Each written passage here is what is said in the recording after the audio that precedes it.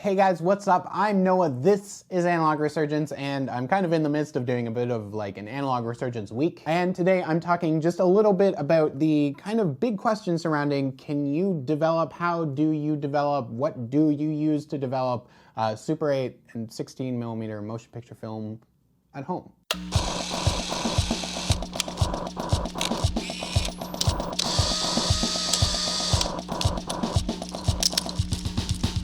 So first of all, this is not a tutorial. I'm not like getting into the kitchen and breaking out chemicals and everything. I'm just going to answer some questions that I see a lot, which is kind of the general interest of being able to develop Super 8 and 16mm film at home instead of sending it to a dedicated motion picture lab. And I'm going to start off by saying that if you are new to shooting Super 8, new to shooting 16mm, and new to shooting film in general, then it is always best to take your stuff to a lab. They know what they're doing. They have the ability to do this stuff on dedicated machines. And for this stuff, it's really easy to kind of like look at the amount of money that's involved with shooting motion picture film and be really kind of unsure about it. But the amount of money that you kind of put into getting your film processed at an actual lab is definitely going to encourage you to shoot more of this stuff in the future. Developing film at home can be hard. It can be very difficult, especially for motion picture stuff when there's like a lot of film involved. So maybe build to shooting and developing your stuff at home, but I wouldn't necessarily recommend to start doing it right away. Now, when we're talking about developing film at home, 35mm and like medium format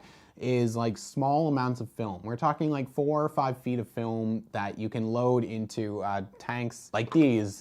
These are Patterson home developing tanks. For developing photography film at home, or at least outside of a lab, using one of these tanks is the best way to do it. This is not the same process for doing motion picture film. When we're dealing with motion picture film, we're dealing with a lot of film. Super 8 cartridges have 50 feet of film inside of them, and 16mm usually comes in at least minimum of 100-foot rolls, which means that these tanks are not compatible. You can't use like a normal Patterson tank in order to process Super 8 and 16mm at home. You need like different tanks usually. And those tanks are more obscure and more expensive for the most part as well. The really popular ones are vintage tanks, like the Lomo tank and the Morse tank. And these are old tanks, and they're also usually very expensive tanks because, you know, they're not currently in production anymore. The Lomo tank was manufactured in 2 different models, one that took 50 feet rolls of film and one that took 100-foot rolls of film. And that kind of tank can take Super 8 film when you're developing at home. So that's usually one of my suggestions, is that if you're really dedicated to doing this at home outside of a lab, then you can kind of hit up eBay, unfortunately, and look for a Lomo tank. But the bigger ones, like the 100-foot ones that are, you know, better to use with 16mm as well, are like pretty expensive. So, you know, like it's more of like an investment if you're going to do a lot of this. Now, the Morse tanks are usually somewhat cheaper, I believe, and they can only hold 16mm and 35. So you can't use one of those tanks for developing Super 8 film at home, unfortunately. And they take 100 feet of film inside of them, which is friendlier to use if you're doing 16mm at home. Beyond those vintage tanks, there are like some DIY options. One of the articles that I really like to kind of scroll through and have thought about trying to make myself is like a Super 8 developing tank that's actually made out of PVC tubing, and I will throw a link to that in the description. Ideas like that are also out there, and I mean, maybe if somebody with a lot of know-how is watching this, should really go about maybe designing like a 3D printed developing tank for like Super 8 and 16. I'm sure that at some point, or at least somewhere out there, someone has either done it or is trying to do it, because like these Lomo and Morse tanks are old and they're expensive. I mean, it would be nice to have like a more affordable or, you know, easier to obtain like developing tank for your motion picture stuff if you're really dedicated to doing it at home. If all else fails though, you can always throw this stuff in a bucket and get really experimental with your developing in the dark. And bucket processing is like an experimental thing that people do. It's just putting loads of film into a bucket in the dark of chemicals and just kind of doing it all at once. And I mean, this will give you like really scratched up, really strange, uneven developing of your film. For a lot of people, that's kind of what they're after when they're doing home developing, because it's hard to get like lab quality results for motion picture stuff when you're just developing it at home using a tank. And let's talk about the formats. The easiest kind of like film developing process at home is black and white negative processing. The chemicals don't need to be like a super really strict temperature throughout the whole thing, unlike color, which needs to be a little more precise. Black and white negative also uses the least amount of chemicals, and you can use like photochemicals, which are kind of easier to get. For Super 8 film, at least, there's no like truly dedicated black and white negative film stock. You can get Tri-X film in black and white, which is a black and white reversal stock, and that actually involves more developing and like a re-exposing process in order to get a positive image on your film after the process is done. You can, of course, process Super 8 Tri-X film as a black and white negative, and that's probably like the easiest place to start if you're trying to do Super 8 at home. Now, 16mm though does have XX, and XX is a black and white negative stock, so that's also like the best place to start if you're doing 16mm at home, is with XX and just doing it as just normal black and white negative. Outside of that is color negative film stocks for Super 8 and 16, and color developing can be like a little difficult, and you need like special chemicals, and you need things to be like a precise temperature. But for motion picture color negative film stocks, they have an extra layer on the back of the film, which is typically removed in motion picture labs through the use of like high pressure like sprayers of water. And this removes this anti-halitation layer of the film for color negative film stocks, which just kind of ultimately turns into like a black like liquid that, you know, can kind of like really get on your hands and stuff, but it needs to be removed or it will leave like residue during the developing process. It can also damage your film chemicals.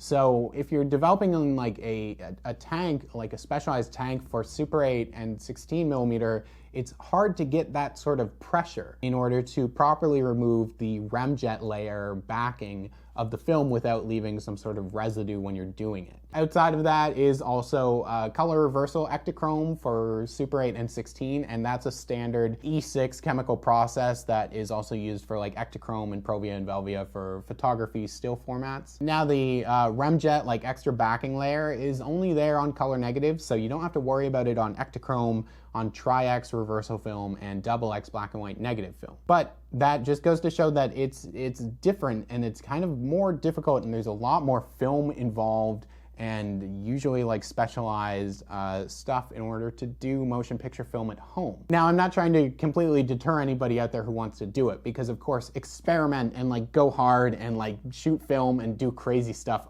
always, but understand the amount of stuff and kind of what you should expect when you're doing this stuff at home. Because if you're just trying to like cut costs from a lab for your first roll of Super 8 film, maybe don't try and do it at home, because you might get a little discouraged ultimately. Also, drying the film is hard. You have to be able to kind of properly hang and dry 50 to 100 feet of film depending on the format that you're doing. So some people, you can get drying racks, some people have made stuff to be able to do it, but that's a lot of film to hang and like, you know, dry without like dust and stuff like hitting it or getting it scratched or just damaged, or, you know, things happening during that drying process when the film is still wet and really prone to damage and scratching. So, I mean, a great place to start is just to learn like developing photography film and just kind of at least have a basis for like handling film and mixing chemicals and learning the different processes of that stuff. Because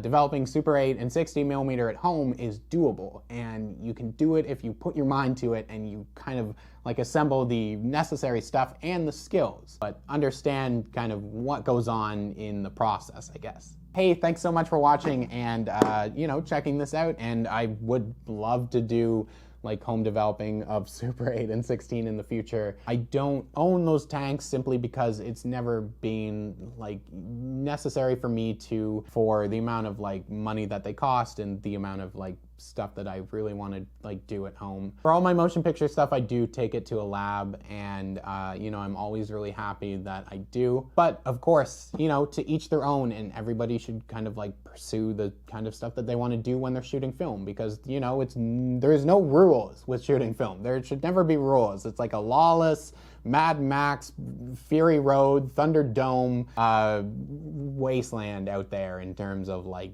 shooting film. It's the Wild West. There is links in the description for some of the stuff I mentioned in the video, along with the Analog Resurgence Patreon, which you can support the channel if you're interested in seeing me do more of this stuff and potentially bigger and cooler stuff in the future. Invest in some of those Lomo and Morse tanks, maybe. Also, the Analog Resurgence P.O. Box is down in the description, the address for that. And, you know, if you've got weird stuff, crazy stuff, old expired film, strange analog camera stuff, if you're not using it or don't know how to use it or don't want to use it, but would like to see me struggle to try and use it or like focus on it in a video or do that stuff, then, you know, you can send stuff along as well. But as always, thank you guys so much for watching, and I'll see you guys soon.